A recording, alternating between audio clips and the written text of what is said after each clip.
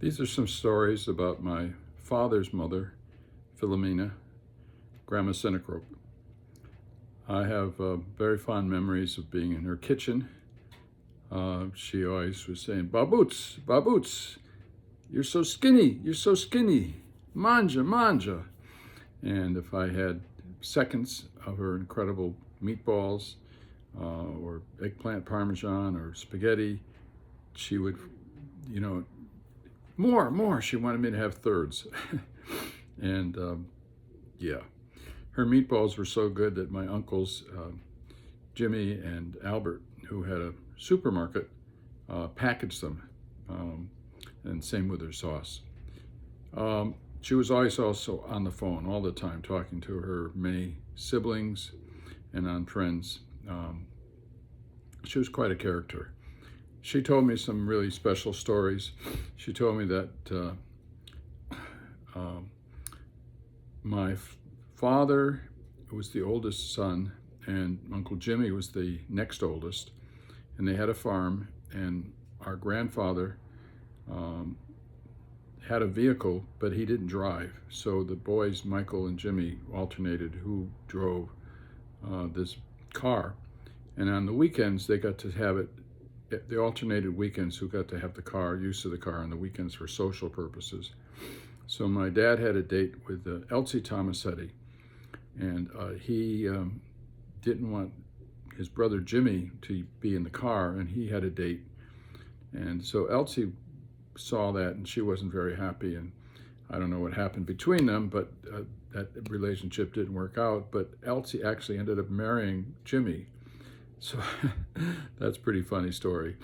And Grandma Sinicrope also told me that the boys were so protective of the money that they would siphon the gas out of the car so the other brother couldn't use it. And Jimmy and Michael, my dad, shared a bed, but they didn't talk to each other for 2 years. And Grandma Sinicrope went to the doctor and said, "Look, I need some help. The boys aren't talking to each other, so I want you to call them in and say that that I'm getting sick, and that the boys need to talk to make up and talk to each other." And so that's how Jimmy and Mike, my dad, started speaking to each other.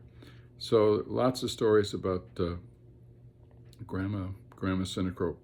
The other story is that when she was a little girl, maybe 12 or 13, they had moved from Martone, Italy, to Meriden, Connecticut, and her father, my great-grandfather, who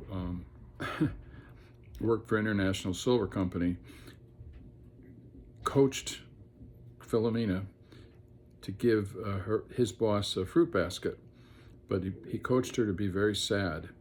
And so sure enough, Filomena gave my grandfather's boss the fruit basket, and he said, "Little girl, why are you so sad?" And she said, "Well, my fiance, we want to get married, but he lives in Stanford and he can't come to Meriden to marry me until he gets a job, and he doesn't have a job." And so the boss said, "Well, you send him to me and we'll give him a job." And sure enough, Nicholas moved from Stanford to Meriden, married Filomena, and my grandfather, Nicholas, worked at International Solar Company until he retired as a painter. She also told me that the boys were not really well behaved. There were 5 sons, and my dad was the oldest. Filomena had my dad when she was 16, and Frankie, the youngest, when she was 22. So she had 5 sons by the time she was 22. And I know Uncle Tony got coal in his stocking one Christmas. So they must have been a handful. But I have really fond memories of Filomena, and every Sunday we would gather at their house, the Italian clan, and it was very special.